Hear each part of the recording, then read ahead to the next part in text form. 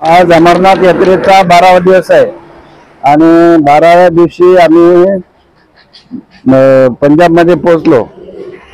सकाळचा चहा या ठिकाणी झाला, त्याच्यानंतर आता स्वयंपाकाची व्यवस्था चालू आहे, जेवण या ठिकाणी होणार आहे। अमरनाथ दर्शनासाठी गेलो होतो, दर्शन सुंदर झालं, पण अमरनाथ हे नाव तिथं का पडलं याबद्दल माहिती आहे का? शंकर पार्वतीला अमर कथा सांगणार होतं, ती कथा म्हणजे ऐकणार होता, त्याच्यावर पडलं। म्हणजे भगवान शंकराने माता पार्वतीला अमर कथा अमरत्वाचा मंत्र देण्यासाठी त्या ठिकाणी एकांतात नेलं होतं आणि म्हणून त्या ठिकाणी त्या स्थानाला अमरनाथ असं नाव पडलेलं आहे। बरोबर आहे। पुढे म्हटले समाधीस्थ अवस्थेमध्ये अमरत्वाचा मंत्र सांगण्यास कथा सांगण्यास सुरुवात केली। मग ते कथा सांगताना काय झालं?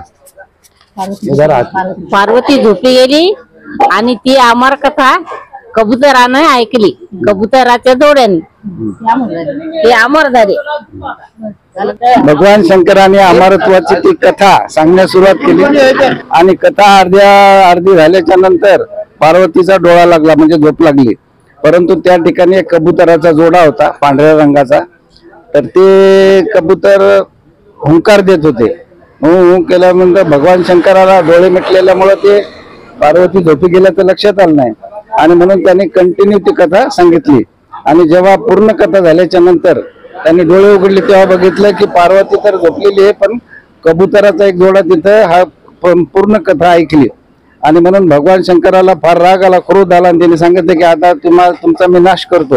तेव्हा त्या कबुतराच्या जोड्याने अशी विनंती केली की तुम्ही अमरत्वाची कथा सांगितल्यानंतर आता आम्ही अमर झालो, तुम्ही जर आम्हाला भस्म केलं तर तुमचीच कथा जी तुम्ही सांगितलेली आहे ती याच ठिकाणीच ती योग्य नाही असं सिद्ध होईल आणि म्हणून तुम्ही आता आम्हाला माफ करा। आणि मग भगवान शंकराने मोठ्या मनानं त्यांना माफ केलं आणि तेव्हापासून तो कबुतराचा जोडा अमर झाला असं म्हणतात। आणि आजही गुफेमध्ये ते कबुतराचा जोडा आजही दिसतो असं म्हणतात। अनेक जणांनी पाहिल्याचं सुद्धा सांगितलेलं आहे। तर अशी आहे ही संपूर्ण अमरनाथ गुफेची कथा। 2 प्रश्न विचारतो, 2 प्रश्नाचं जर उत्तर दिलं तर 100 रुपये बक्षीस आहे। पहिला प्रश्न, पार्वतीच्या वडिलाचं नाव काय होतं? हिमाचलाची दक्ष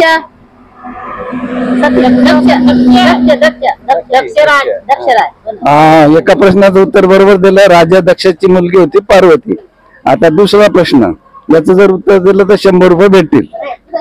त्याची उंची किती आहे मीटर मध्ये? 9000 किलोमीटर। 17,000 किलोमीटर। 17,000 किलोमीटर। चुकीचं गेले, बरोबर सांगा, नाही तर 100 रुपये गेले तुमचे। येतच नाही काय सांगा, जाऊ दे, मग 100 रुपये गेले, नाही तर 100 रुपये जिंकले होते तुम्ही। एक प्रश्नाचं उत्तर बरोबर दिलं।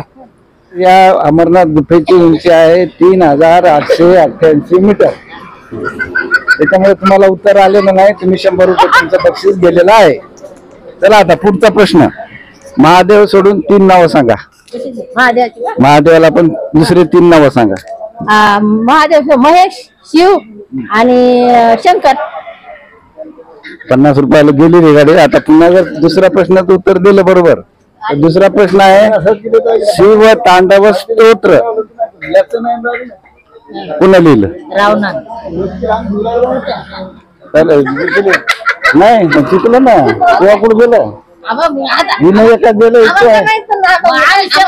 नाही नाही नाही। भगवान शंकराच्या गळ्यामध्ये नाग असतो, त्याचे 2 कारण आहेत, ते 2 कारण सांगायचे। पहिला प्रश्न, हलाल विष पिलत शंकरानं, त्याच्यामुळे गळ्यात नाग घातला होता। ते शंकराच्या अंगाची आग उलाली, त्याच्यामुळे गळ्यामध्ये सगळ्या अंगाला सर्प हे केले हलाल विष पिल्यामुळे। एक माहिती। त्याचं दुसरं कारण सांगायचं, नाग कशाचं प्रतीक आहे दुसरं कारण सांगायचं, ते नाही येतच नाही। शेतकऱ्याचा मित्र गेले 100 रुपये। की नाग हे काळाचं प्रतीक आहे, काळ कोणासाठी थांबत नाही। आपण एखाद्या गावाला 15 दिवस कधी गेले कळलं नाही, काळाच्या प्रतीकासाठी सापच का निवडला? आता साप जरी इथं आला एखादा नाग, तर पाहता पाहता आता इथं की लगेच निघून जातो। म्हणजे किती पटकन निघून जातो हे कळत नाही. तो साप असतो म्हणून ते काळाचं प्रतीक आहे. अमरनाथ गुफेमध्ये जाऊन बाबा बर्फानीचं दर्शन आपलं झालेलं आहे. तर जाताना येताना आपल्याला काय वाटलं, आपलं मनोगत एका मिनिटामध्ये आपण सांगा. तुम्ही सांगा उत्तर आम्हाला. आवड वाटलं.